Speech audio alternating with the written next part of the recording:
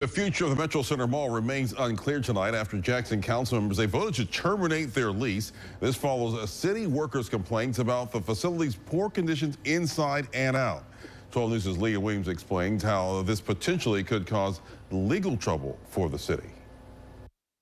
City council members voted Tuesday to terminate the lease agreement with Retro Metro LLC, citing potholes, debris, and other damages at Metrocenter Mall. Retro Metro argues the city is partially responsible. Attorneys sent a letter to the city back in May citing the lease that reportedly says, quote, the tenant shall keep the premises in good, clean, and habitable condition and shall at its sole cost and expense.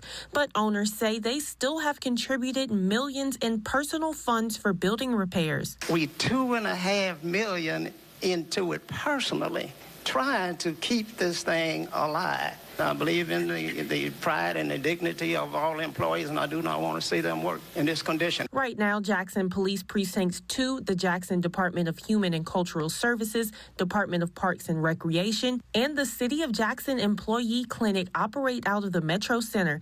In the letter sent to the city, attorneys for Retro Metro say if the city vacates the Metro Center, it will be a default. That means the city would still be required to pay rent for the remainder of the lease. One council member said Tuesday he wants to avoid potential litigation and yet another vacant building. We have a lot of abandoned property in West and South Jackson already.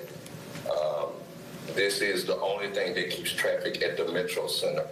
I would think that at this point that we should find an amenable way to work with Retro Metro, especially since the city has invested so much money in leasing and is supposed to turn over to ownership for us at some point. Jackson Water has already moved out of the Metro Center, and with the future of Metro Center still up in the air, Ward 3's councilman suggests another old mall for hosting those city departments. My position is let's move them to the Jackson Medical Mall. I think that would be the perfect location for people to be able to do business with the city of Jackson. I reached out to two Retro Metro executives, Socrates Garrett and Leroy Walker, for more details on the reported $2 million spent on Metro Center repairs.